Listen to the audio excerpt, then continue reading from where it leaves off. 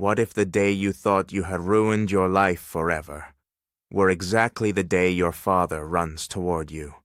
A man had 2 sons, and one day the younger did something that in that culture was almost like telling his father, "I wish you were already dead." He said, "Father, give me now the share of the inheritance that belongs to me." And the father, without a fight, gave it to him.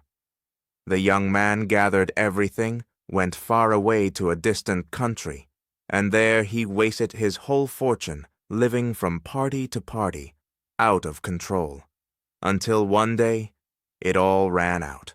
And right then, a terrible famine struck that land. He sank so low that a man sent him to feed pigs. He, a son of a good family, was dying of hunger, longing to fill his stomach with the pods the pigs were eating.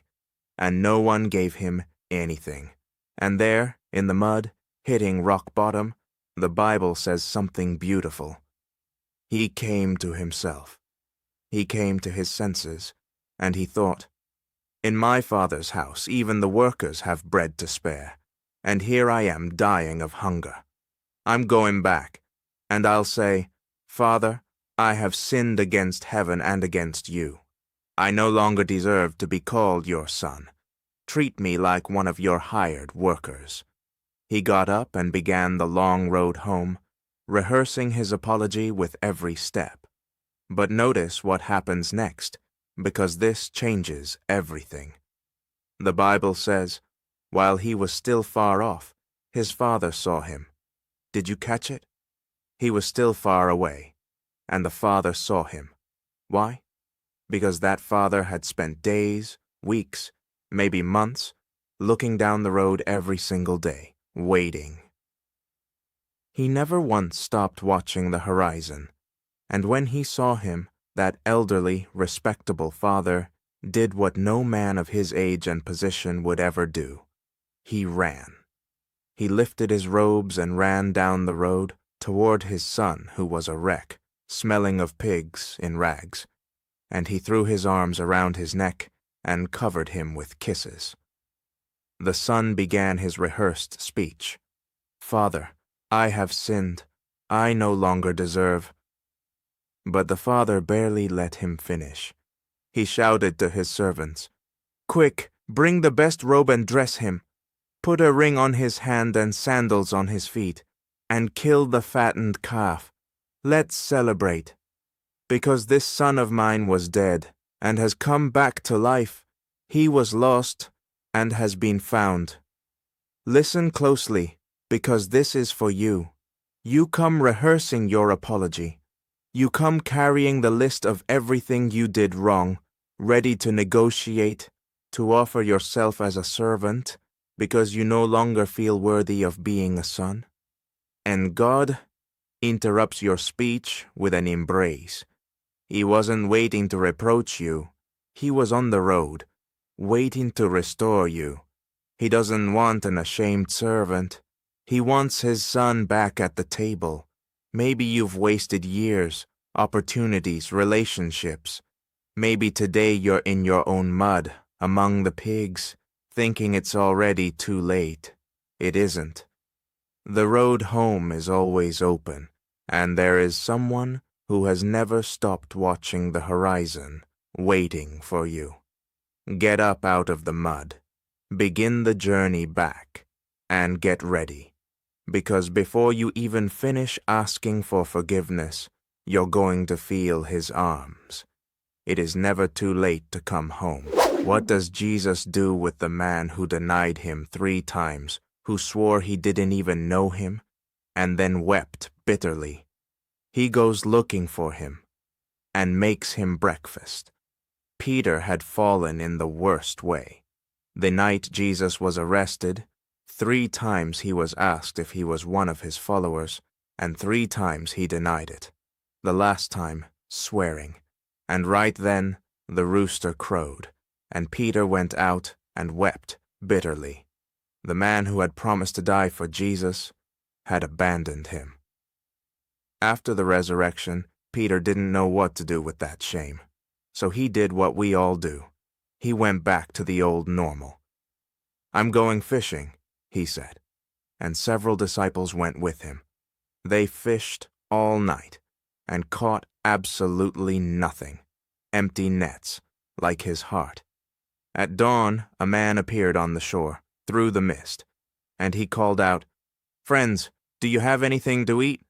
"No," they answered, and he said, "Cast the net on the right side of the boat." They did, and the net filled with so many fish they couldn't even haul it in. And in that instant, one of them understood it all, and said, "It is the Lord." When Peter heard that, he didn't wait for the boat. He threw himself into the water and swam to shore as fast as he could, running toward the very Jesus he had denied. And when he arrived, what did he find? Jesus, crouched beside a charcoal fire, cooking fish and bread. "Come and have breakfast," he said. "Stop at that detail." Jesus didn't greet him with a sermon. He didn't throw the 3 denials in his face. He made him breakfast, with his own hands. And after they ate, Jesus looked at Peter and asked a question. "Simon, do you love me?" "Yes, Lord, you know that I love you. Feed my lambs." And again, "Do you love me?" "Yes, Lord, take care of my sheep." And a third time, "Do you love me?" Peter, hurt, answered, "Lord, you know everything. You know that I love you. Feed my sheep." 3 times he asked. Why 3? Because Peter had denied him 3 times, and Jesus, with infinite tenderness, was giving him 1 yes for every no. He was healing each wound, one by one. He wasn't condemning him, he was restoring him. And not only that, he gave him back his mission. Take care of my sheep. He entrusted the future to the man who had failed. Listen, the world tells you your worst failure disqualifies you forever, that you already ruined your calling, that God has moved on to someone better. But look at what Jesus does with a man broken by guilt. He doesn't throw him away. He seeks him out in his shame, makes him breakfast, and gives him back everything he thought he had lost. Your denial was not the last word over your life. Your failure did not cancel your purpose. Jesus didn't come to remind you how you fell. He came to ask if you still love him, and to tell you he still entrusts his work to you. Stop hiding in the old normal, in the empty nets of your former life. He is on the shore with the fire lit and breakfast ready. Swim to him, because for Jesus, your fall was never the end. It is exactly where your restoration begins. They dragged her through the streets to stone her to death, and the only one who truly had the right to throw the first stone was the very one who defended her. It was early in the morning. Jesus was teaching in the temple, surrounded by people, and suddenly a group of religious leaders burst in, dragging a woman. She had been caught in adultery. They threw her to the ground, in front of everyone, humiliated, trembling, expecting to die. And they said to Jesus, "Teacher, this woman was caught in the act. The law of Moses commands us to stone such women. What do you say?" It was a trap. If Jesus said, "Let her go," they would accuse him of breaking the law. If he said, "Stone her," he would lose his reputation for mercy and even clash with Roman law. They used her, a human life, as nothing but bait to catch Jesus. And what did Jesus do? Something baffling. He crouched down, and in silence he began to write with his finger in the dust of the ground. He didn't shout. He didn't argue. He just wrote. They kept pressing, demanding an answer. Then Jesus straightened up, looked at them, and said one single sentence that would echo forever. "Let the one among you who is without sin throw the first stone." and he crouched down again to write. Silence. One by one, they began to drop their stones. The Bible records a moving detail. They left one at a time, beginning with the oldest. The oldest first, because they've lived the longest. They know the most about their own sins. The stones fell into the dust, one after another, and the hands that came to kill were left empty, until no one was left. Only Jesus, and the woman, still on the ground, in the middle of the now empty courtyard.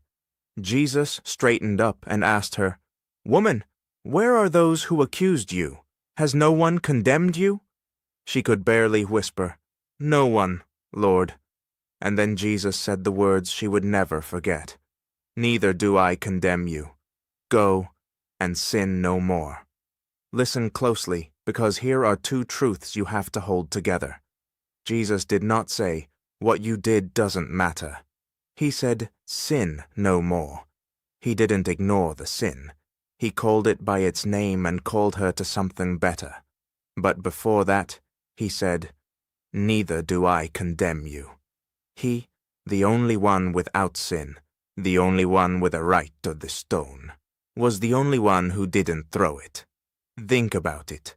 The one person in that courtyard who actually qualified to judge her, forgave her. Those who had no right wanted to stone her. The one who did have the right lifted her off the ground. Maybe you feel like your whole life is in that courtyard, thrown in the dust, with the stones about to fall. The voice of guilt screams everything you did. The voices of people condemn you. But there is a voice, the one that matters most, the voice of the only one who actually could condemn you, that says, "Neither do I condemn you." Grace doesn't leave you the same. It says, "Go and sin no more." It lifts you toward a new life. But first it saves you from the stones. First it tells you that you are not condemned. The stones that had your name on them fell from every hand. Get up out of the dust. A door has opened to a new beginning, and it is never too late to start again. Shalom, shalom.